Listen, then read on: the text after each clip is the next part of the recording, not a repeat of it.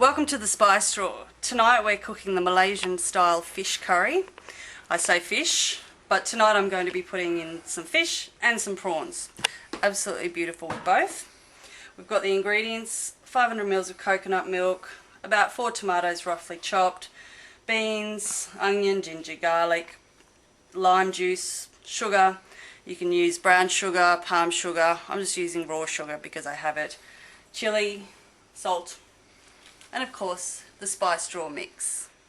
Okay, just a quick tip on how to chop the garlic finely. Back of the knife, all your weight on it, skin peels off really easily, and it's all sort of crushed up, so then you can just run the knife through and it's much easier. You might need just to chop back through, but that's it. We're ready to start cooking. So we've got the pan on, medium heat, enough olive oil to coat the bottom of the pan, probably about 2 tablespoons for this pan. Then we add the onion, garlic, and we'll grate the ginger in. So we've peeled the ginger, we grate it in. Again, I grate it because it's just so much easier.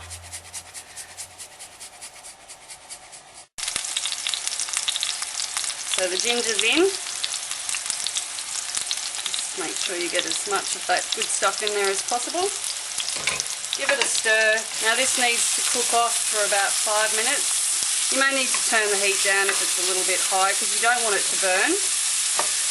And we just need to fry them for about 5 minutes until they're translucent. Okay, they've been frying off for about 5 minutes. You need to make sure you stir it a little bit because we don't want it browned. Now we'll add the spice drawer curry mix.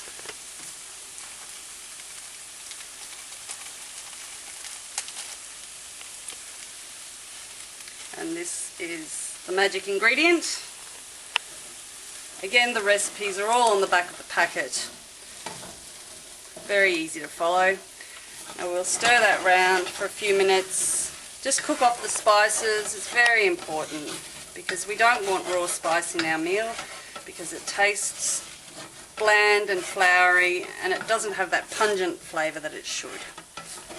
So keep stirring so it doesn't stick to the bottom of the pan for a couple of minutes. That's nicely fried off. So now we add 500 ml of coconut milk.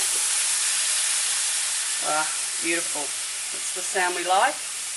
Then about a cup of water. Put it in your can of coconut milk or whatever you're using just to make sure you get it all out. Now the chopped tomatoes, there's 4 chopped tomatoes all in. That's a souring agent. This curry is typically of the Malaysian Thai style. You've got sweetness in sugar. It's about a teaspoon. The sour of the tomato, sour of lime. This is all to taste, so you may need to adjust it once it comes together. We need some salt. There's no salt in my mixes, as I've said before. Add your own because it's all down to personal flavour. And of course, my nice dried firepower chili. Use fresh if you like. Just use a little bit, a lot. It's up to you. Give it a good stir. Now this is the base of the curry. We get the base ready before we add the fish or the prawns or whatever seafood you're using because they only take a few minutes to cook. So we need to get this perfect before we add the rest. Now we've got all the ingredients for the base of the curry in. We need to let that simmer for about 25 minutes, stirring occasionally so nothing sticks. And make sure you get all the stuff off the bottom of the pan that happened when you were frying off the onions and powder because that gives it all flavour and it all needs to be incorporated. So 25 minutes and then we're ready for the next step.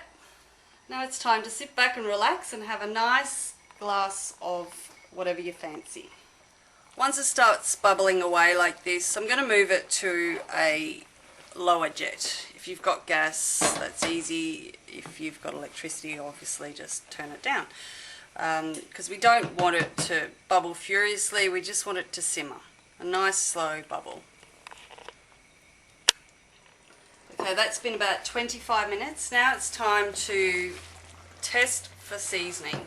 We need to get this right because once you put the fish in, it doesn't take very long. So we need to get the sauce right before we go any further.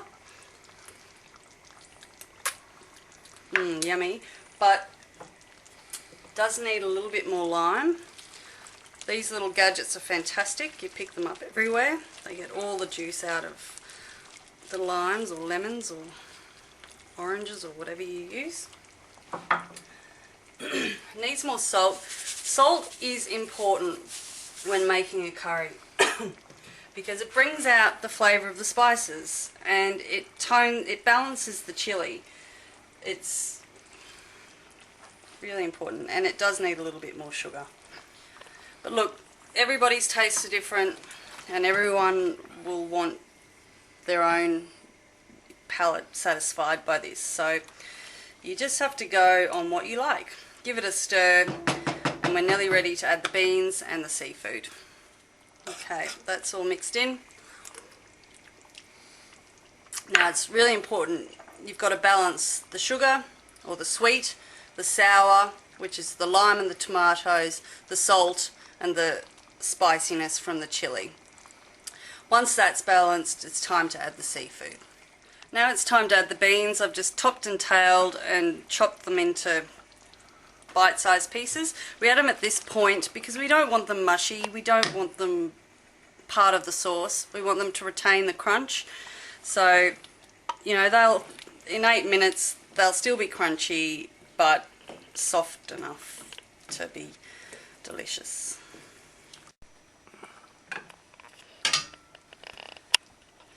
We've got the balance right, we've just added the beans, now we're adding the fish.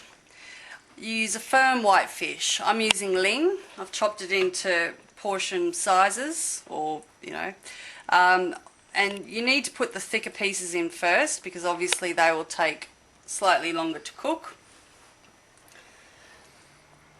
Just pop them in under the sauce, and then we can add, I'm actually doing it, some fish and some prawns. Now the prawns are obviously cooked once they turn pink. You don't want to overcook them. There is nothing worse than overcooked seafood, so you really need to monitor it and make sure everything's perfect. So we'll just pop them all in and then I'll add the thinner pieces of fish in a minute, and then we cook for approximately 8 minutes, but you just need to keep an eye on things at this stage. Now the larger pieces of fish and the prawns have been in for a few minutes. The prawns are just starting to turn a little bit pink, so we'll pop these tail end thinner pieces of fish in now and submerge them under the sauce. So another few minutes and then we're ready to serve.